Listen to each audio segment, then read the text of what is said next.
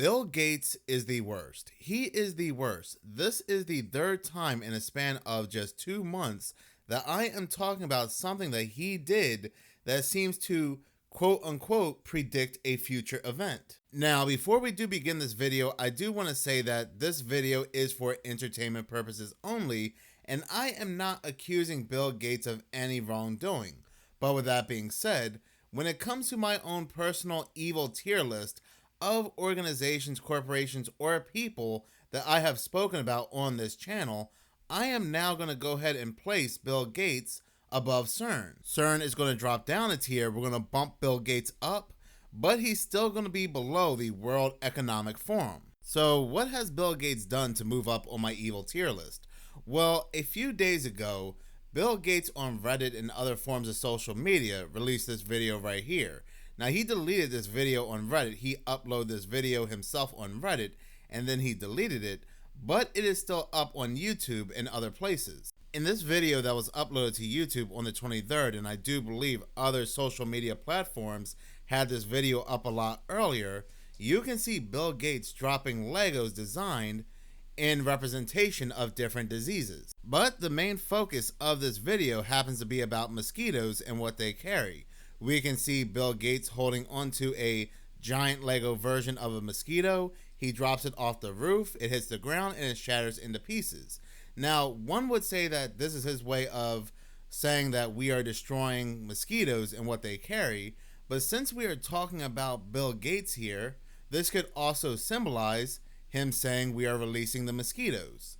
Now, that's not outside the realm of possibility because he's already done so. Not only has he been seen on camera releasing mosquitoes during a TED Talk. So much. Now, malaria is, of course, transmitted by mosquitoes. I brought some here just so you could experience this. We'll let those roam around the auditorium a little bit. There. There's no reason only poor people should have the experience.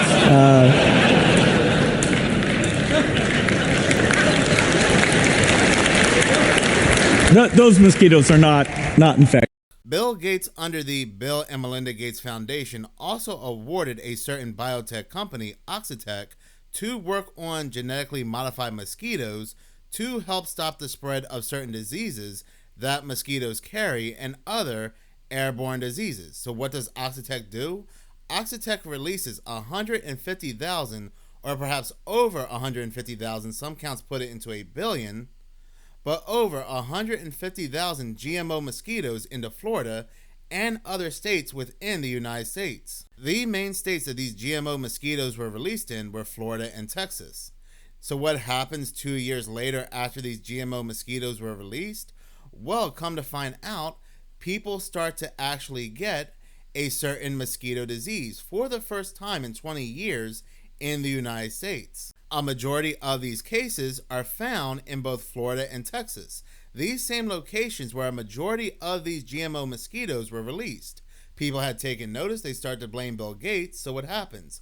Like always, the fact checkers come out from their toilets and their sewers, and they say there is no way that Bill Gates and this biotech corporation can be linked to a rise of these cases because this company released male mosquitoes. Male mosquitoes do not bite, only female mosquitoes do. But I just wonder if male mosquitoes can be genetically modified to bite. I wonder if GMO mosquitoes can bite. This story was largely swept under the rug, and well, that was that. Well, like I said, a couple days ago, we have Bill Gates releasing this video where he's dropping this mosquito, this Lego mosquito from the sky. It shatters into pieces. So again, it's not hard to take it as a symbol of him saying that we are now releasing mosquitoes once again on the world. So what news starts to break out around the United States around the same time that this video is quote unquote coincidentally released? Northeastern towns issue voluntary lockdown to prevent spread of potentially end-of-life mosquito-borne disease, EEE. Now, I did not want to make a video on this whole lockdown or the EEE because a majority of the time it's just the powers that be fear-mongering. Remember the whole bird flu, where bird flu was found in milk, in cows. We had grocery stores taking milk off the shelves And then what became of that?